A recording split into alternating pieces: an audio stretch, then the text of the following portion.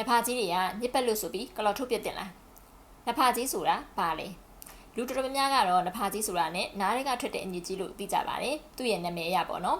English လို့ဆိုရင်တော့နဖာကြီးကို earwax ဒါမှမဟုတ် cerumen လို့ခေါ်ပါတယ်နဖာကြီးဆိုတဲ့ earwax ကနားတွေက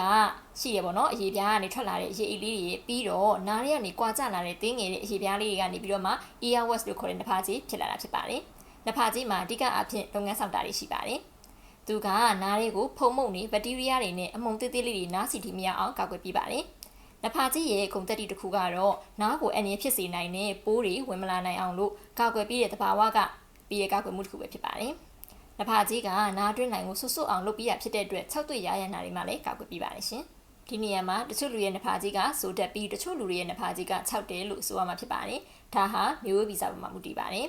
အာဖရိကနဲ့ဥရောပဘက်ကလူတွေမှာနဖာကြီးကဆိုတက်ပြီးတော့အရှေ့အာရှနဲ့မူလအမေရိကန်လူမျိုးတွေမှာတော့နဖာကြီးက6တက်တယ်လို့လေ့လာတွေ့ရှိရပါတယ်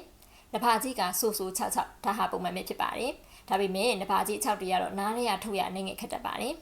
လူတွေကနဖာကြီးနဲ့ပတ်သက်ပြီးတစ်ချိန်လုံးအမြဲတမ်းဆိုသလိုဖယ်ထုတ်ဖို့ကလော်ထုတ်ဖို့ကြိုးစားနေကြတာကိုတွေ့ရပါတယ်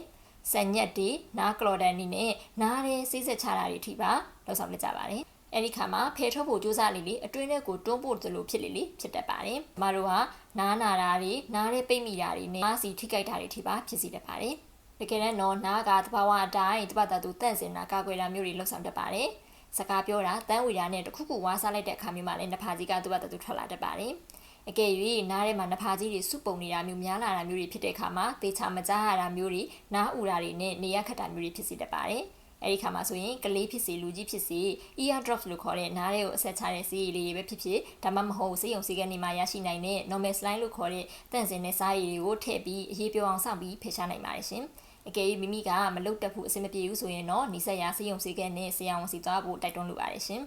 ခေခုဆိုရင်နဖာကြီးနဲ့ပတ်သက်ပြီးသဘောပေါက်ပြီးလို့ယူဆပါတယ်ရှင်နဖာကြီးဆိုတာအညစ်အကြေးဖယ်ရှားဖို့တတ်မဟုတ်ဘဲနဲ့တဘာဝတရားကြီးကသူ့ဘာသာသူတန်ရှင်းလှုပ်ဆောင်နေတာဖြစ်တဲ့အတွက်အတင်းအလွန်အကျွံမကလော်ထုတ်မိစေဖို့အကြံပြုလိုက်ရပါတယ်ရှင်အားလုံးပဲကျမချင်သာကြပါလိမ့်ရှင်နောက်ထပ်ဗီဒီယိုလေးတွေမှာပြန်လည်တွေ့ကြမယ်နော်